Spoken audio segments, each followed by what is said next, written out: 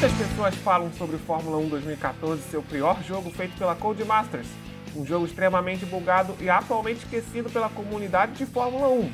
Será mesmo que ele é tão ruim quanto falam por aí? Com apoio da Priority Conteúdos, onde você pode ver também as análises do Flagamer dos outros jogos de Fórmula 1, começa a partir de agora mais um vídeo do Flagamer.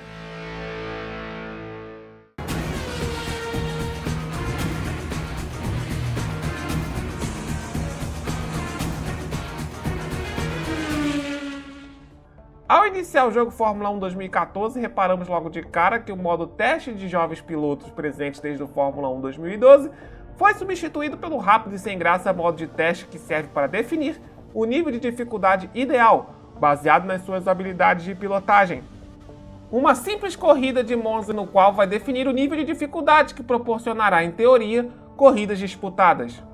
E pude experimentar isso da pior forma quando eu perdi a vitória para a Mercedes do Rosberg na linha de chegada em um dos modos de jogo. Esta foi apenas uma das capaces que o jogo sofreu em relação aos anos anteriores. Além do fato de não ter o saudoso modo de carros clássicos que só foi retornado no Fórmula 1 2017, na parte gráfica houve uma piora na qualidade visual das texturas do carro comparado, por exemplo, com o Fórmula 1 2012. Reparem que a pintura dos carros está um pouco estranha, com reflexo exagerado na lataria e até mesmo o pneu que é de borracha espelha a pista como se fosse vidro. Dá para notar claramente nas corridas com chuva. O volante de algumas equipes está mais pobre em detalhes, mesmo com o jogo no Ultra, como dá para ver no volante da Force India, comparado com o jogo de 2 anos atrás. E alguns pilotos têm problemas crônicos de anemia no jogo, como é o caso do Felipe Massa, com a sua pele branquela. A visão dos espelhos do cockpit, que já não era perfeita em 2012, está ainda mais bugada, com carros espichados para cima, fora de proporção, o que pode atrapalhar a noção de profundidade de quanto o carro está atrás. Como novidade para o jogador na temporada de 2014, houve o retorno da pista da Alemanha em Hockenheim, onde eu percebi um dos bugs do jogo, no qual, ao passar pela área de escape pintada no asfalto, sai poeira tal como se eu enfiasse o carro na grama. E também a estreia da super pista de Sochi na Rússia. Geralmente a Codemasters tem um histórico de errar feio na previsão de como será o layout da pista, como foi na Coreia do Sul no Fórmula 1 2010 e na pista de Austin no Fórmula 1 2012.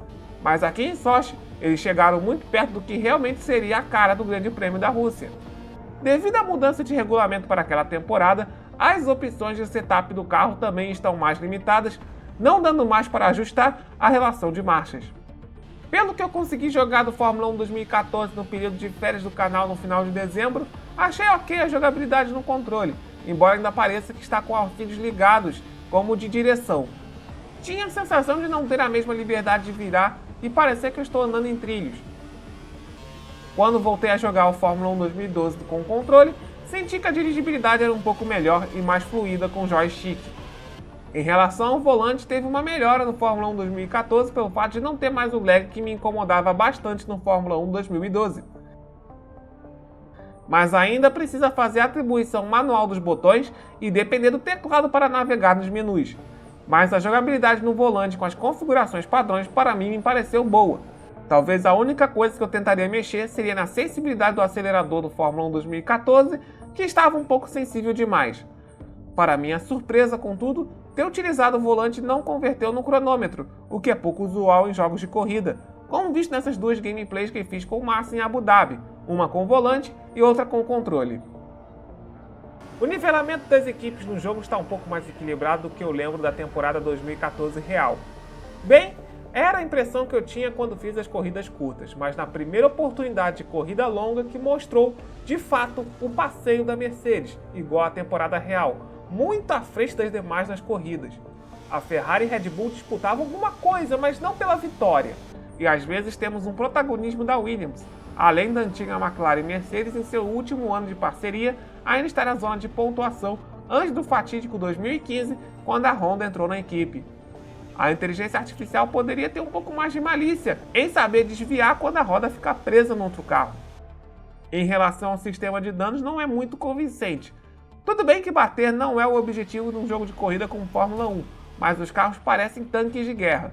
Não importa a porrada que dê e a velocidade do dano, o máximo que acontece é perder o bico dianteiro. Comparado com Fórmula 1 2012, o carro desmanchava muito mais numa batida forte no muro.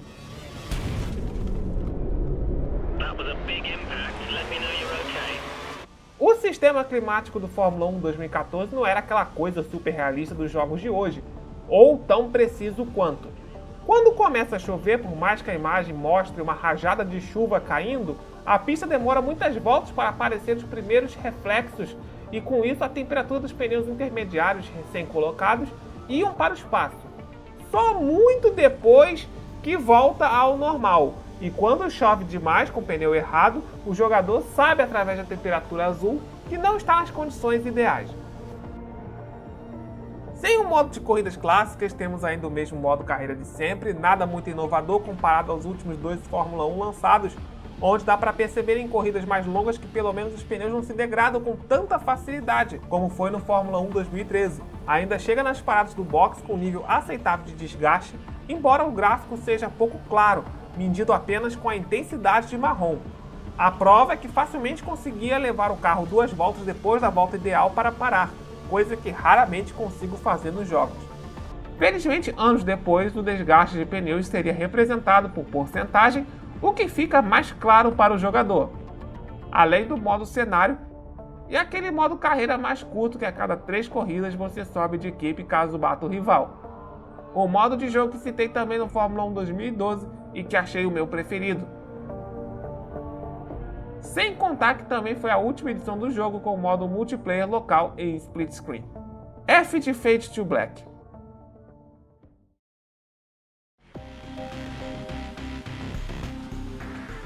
Pelo que as pessoas falavam e me pediram no Fórmula 1 2014, eu esperava que seria um completo desastre de física como Big Rigs ou mais chato que Forte Simulator quando não com uma jogabilidade ruim, tal qual é o Ferrari Challenge.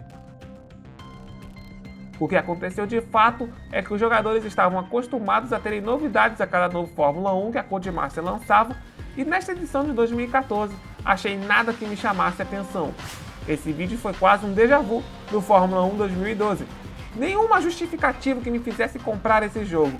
Basicamente é o mais do mesmo, aproveitando o Fórmula 1 2013 que fez bastante sucesso e capando recursos com carros atualizados para a temporada 2014 e os motores V6 aspirado turbo que não empolgam todo mundo.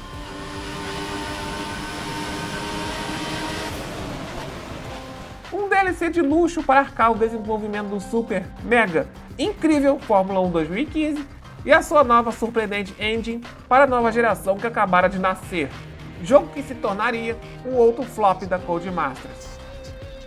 Fiz muito bem na época em ignorar a existência desse jogo e você deveria fazer o mesmo, e este é o meu receio do próximo Fórmula 1 2020, ou mesmo Fórmula 1 2021, uma vez que no final deste ano de 2020 chegará os novos videogames, e caso a Codemaster pense em trocar de engine ou fazer uma mudança drástica no jogo, um desses dois jogos será o novo Fórmula 1 2014 desta década, um tapa-buraco de $60. E se você gostou do vídeo, não se esqueça do seu like e de se inscrever no canal. Me siga também nas outras redes sociais como Twitter e Facebook, que tem conteúdo exclusivo. E nos vemos no próximo vídeo do canal. Um grande abraço para você e até a próxima!